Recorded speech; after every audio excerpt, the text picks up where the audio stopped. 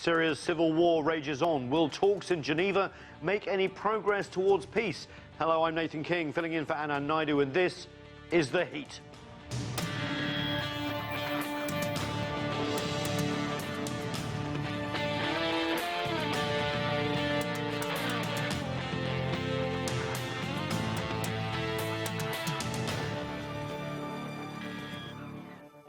Hello again. After 6 years of war in Syria that has killed hundreds of thousands of people, the guns are still firing and the devastation continues. There is new fighting in Damascus and central Syria, and the major push to drive ISIL out of its stronghold in Raqqa is still to come.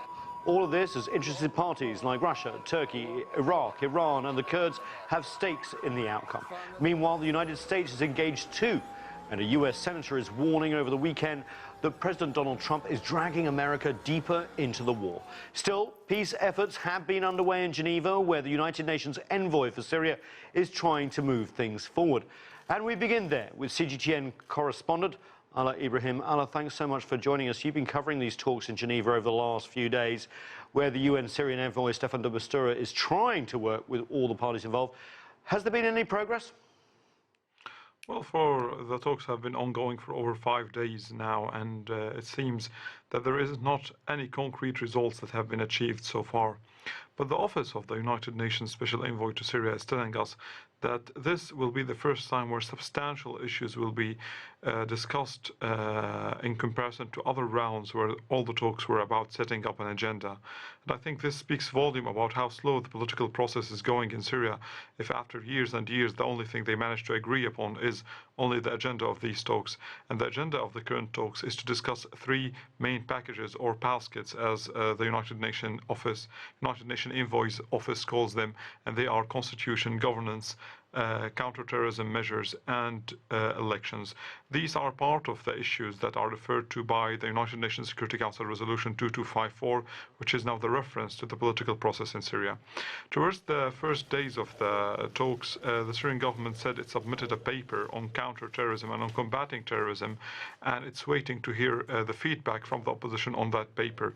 But even on this issue, which sounds to many of our viewers would sound like a priority, there is absolutely no agreement between the party over this issue, because the government says that the priority is to unifying efforts against Al-Qaeda, Syrian affiliates, al-Nusra Front and ISIL, while the opposition and the rebels say the priority is for restructuring the security agencies and the police forces in order to better and more effectively fight against these terrorist groups.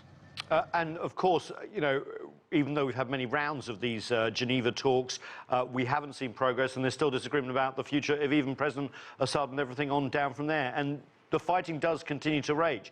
What's the latest that you have on recent rebel offences in and around Damascus and central Syria? And what about Raqqa, ISIL's symbolic capital, where we see things stepping up there?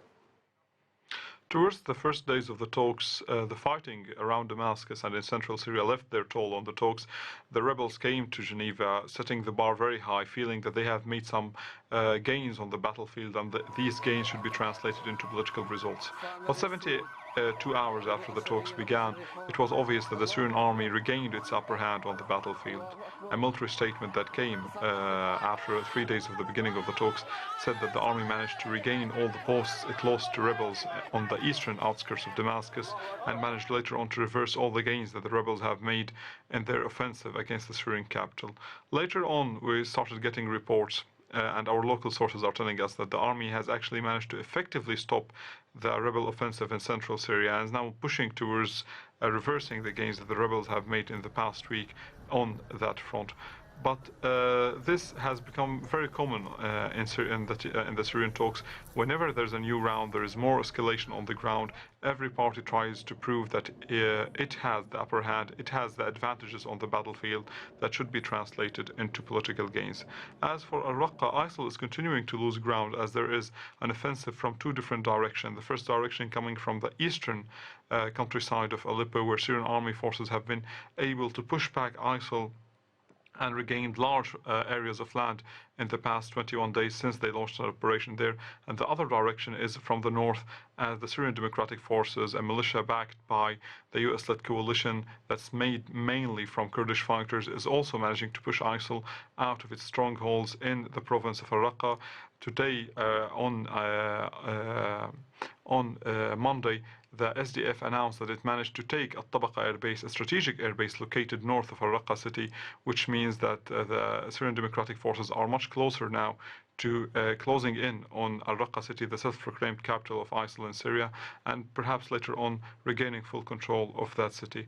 Also, it's expected that within the upcoming hours, that the SDF would attack al-Tabaqa city, which is a smaller city also north of al-Raqqa, another stronghold of ISIL, and by regaining al-Tabaqa, it will further improve the situation or the position of the SDF in their push towards al-Raqqa. So many details to talk about, Alaa, Ebrahim, for us in Geneva at those Syria talks. Thank you so much. Okay, let's get to our international panel of guests then. Joining us from Damascus is Mohamed Ali. He is a Syrian journalist who has covered the conflict since it began way back in 2011. With us from London is longtime journalist and writer on the Middle East issues, Abdel Bari Atwan. He is editor-in-chief of al-Youm. Also joining us from Washington is Michael O'Hanlon. He is the senior fellow at the Brookings Institution. And with me here in the studio is Rustem Safronov.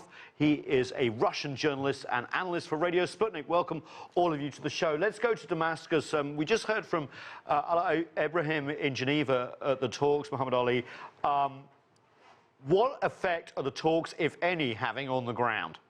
Well, there is no effect for the talks on the ground. Unfortunately, even before the Geneva talks started, we witnessed here in Damascus several terrorist attacks, whether we're speaking here about in central Damascus, close to old Damascus, where about 40 pilgrims or 50 pilgrims, Iraqi pilgrims, were killed. And also this was followed by other explosions in Damascus, in the courthouse, and also in a restaurant in a Rub, where tens of civilians were killed as a result. And definitely this was the message of terrorists to such talks, which is that they are against any kind of political solution for the Syrian crisis. They're only with more and more killing. And this is why it seems that according to such developments, the Syrian government's stances and positions regarding what priorities should be on the table of negotiations in Geneva, which is fighting terrorism,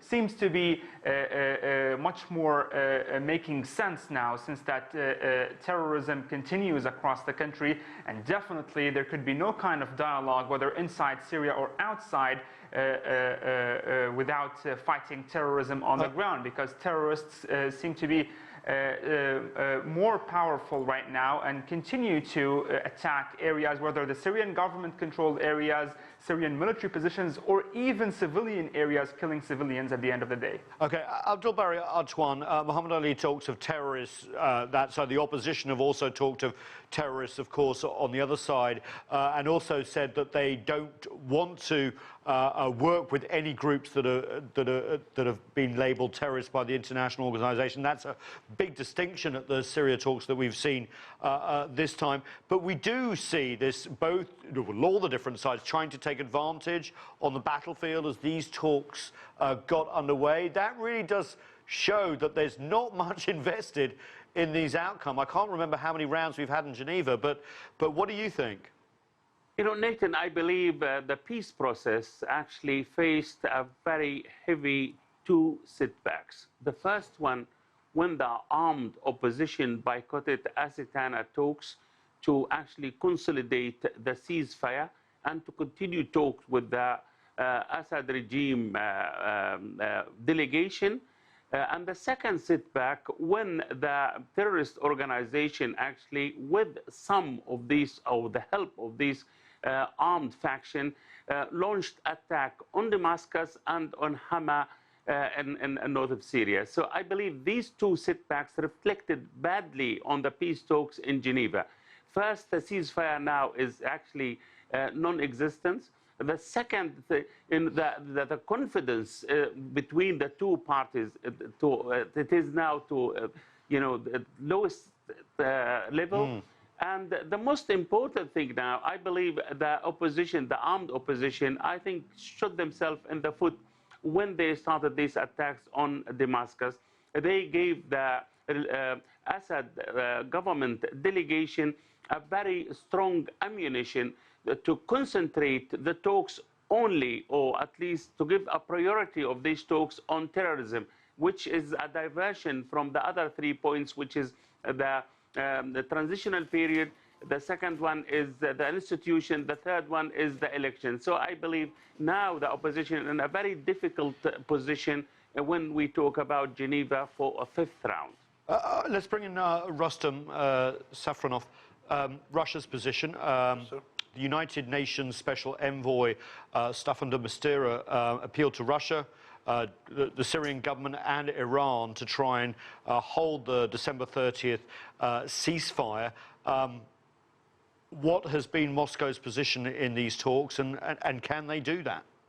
Well, we could see Moscow put a lot of emphasis in that negotiations to happen, and initially monitoring shows like, generally speaking, some truce or continue, but recent terrorist acts, putting that under very big questions, and you mean armed Islamic groups, right? Yeah. From these most radical groups, and very difficult to say what this peace process will sustain on a permanent basis, or we will have to experience another round of the fighting.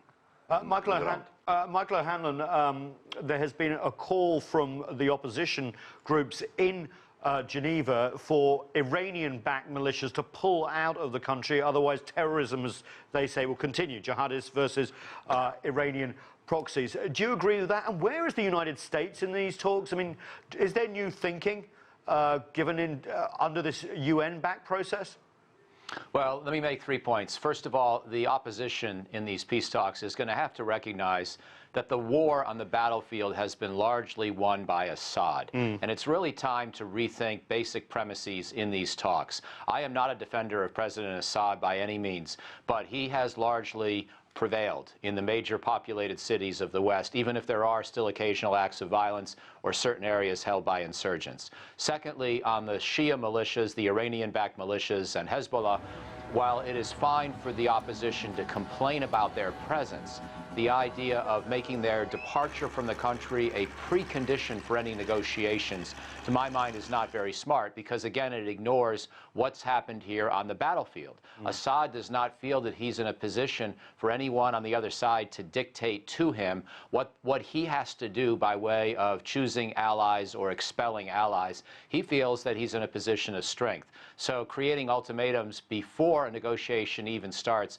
is really not very fruitful. And then finally, on your question on the Trump administration, I still think they're trying to feel their way. I hope they're actually rethinking very first principles about this whole conflict. I'm in favor of some kind of devolution of authority, some autonomous zones in the east and north, where perhaps President Assad is tolerated as president for a while, partly as a recognition of the battlefield realities that I just mentioned, but that Assad and his allies concede that the Sunnis and the Kurds will not be governed by by Damascus, by Assad again. He's got too much of their blood on his hands. He cannot be a legitimate ruler for them. So the best solution here is some kind of autonomy, at least on a temporary basis, for those parts of the country, as ISIS and al-Qaeda are also being attacked cooperatively. I think those are the points that the Trump administration needs to think through, but that requires a pretty big rethinking of the overall political strategy. I don't think they've gotten there yet.